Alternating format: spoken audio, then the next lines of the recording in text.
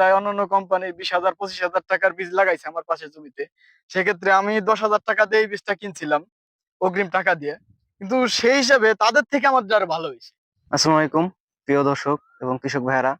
আমরা আছি এখন সালতা উপজেলার গোপালিয়া একটা কৃষি জমিতে।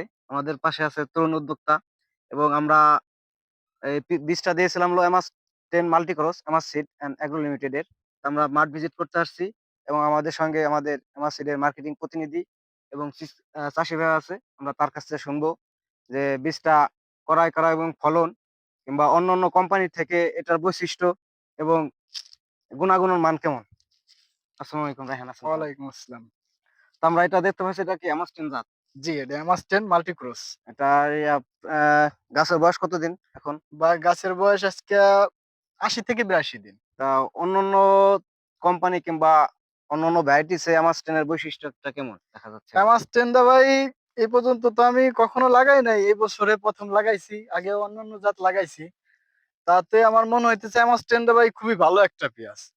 কারণ এই যে দেখেন, এই যে আমার একটা পেঁয়াজ আর এই যে পাশের জমিতে সুলতান একই সাথে লাগানো, তার চেয়ে প্রায় শতকে ১ মনের বেশি ফলন বেশি হবে।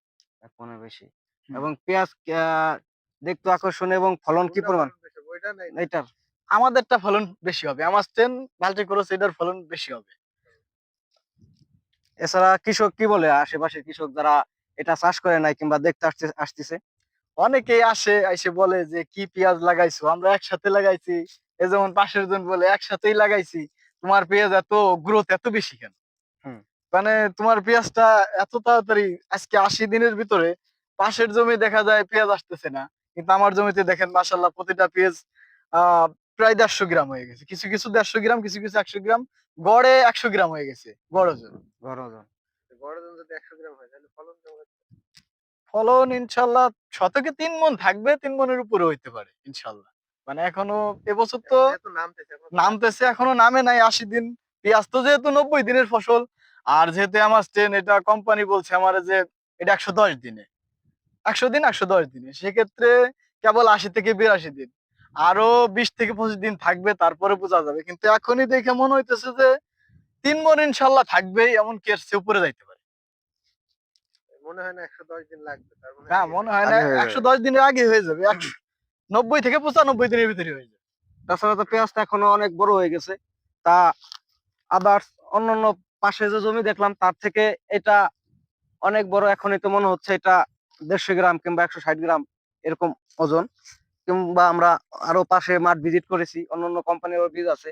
তাতে সেই তুলনায় এবার দেখা যাচ্ছে যে না, অ্যামাস্টেন ভালো একটা মার্কেটে রেজাল্ট আশাস্বরূপ ওইভাবে মার্কেট ধরতে পারবে। এবং কোম্পানির কাছে কি আমাদের আর কোনো কি চাওয়া পাওয়া আছে নাকি যে আগামী বছর কোম্পানির কাছ থেকে এসে কি বেশি ভালো কিংবা আরো উন্নত জাত মান আমরা আশা করি কিনা? আবার কৃষকদের মাঝে কি কোন ধরনের সহায়তা করলে কোম্পানিও ভালো হবে এবং কৃষক উপকৃত হবে, সেই বিষয়ে একটু বললে ভালো হতো। কোম্পানির কাছে একটাই চাওয়া যে আমরা কৃষক, আমরা নিতান্তই গরিব মানুষ। আমরা এই চকে মাঠে পড়ে থাকবো। এই কৃষি কাজ করে আমাদের সবকিছু চলে। তো আমরা চাই যে দাম বিষয় না, কৃষক বর্তমানে সবাই আপডেট, সবাই উদ্যোক্তা, সবাই কৃষিতে প্রচুর পরিমাণে খরচ হয়। সেক্ষেত্রে আমরা যদি শুধু দাম যাই হোক, আমরা যদি শুধু মানটা ভালো পাই, বীজের মানটা এবং ফসল যদি এই যে যেমন মাশাআল্লাহ দেখেন যে এত সুন্দর পেঁয়াজ হয়েছে, এই পেঁয়াজটা যদি এরকম হয় আমাদের জন্য এইটাই যথেষ্ট। ফলনে বেশি হইতে হবে। যেমন অন্যান্য বীজ আছে অনেক দামি দামি, সেক্ষেত্রে যে দেখা যায় অন্যান্য কোম্পানি ২০,০০০ ২৫,০০০ টাকার বীজ লাগাইছে আমার পাশের জমিতে। সেক্ষেত্রে আমি ১০,০০০ টাকা দিয়ে এই বীজটা কিনছিলাম অগ্রিম টাকা দিয়ে। কিন্তু সেই হিসাবে তাদের থেকে আমার আরো ভালো হয়েছে।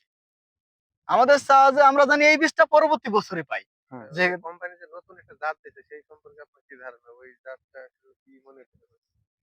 আমার কাছে মনে হইতেছে এটা খুবই ভালো পেঁয়াজ। কারণ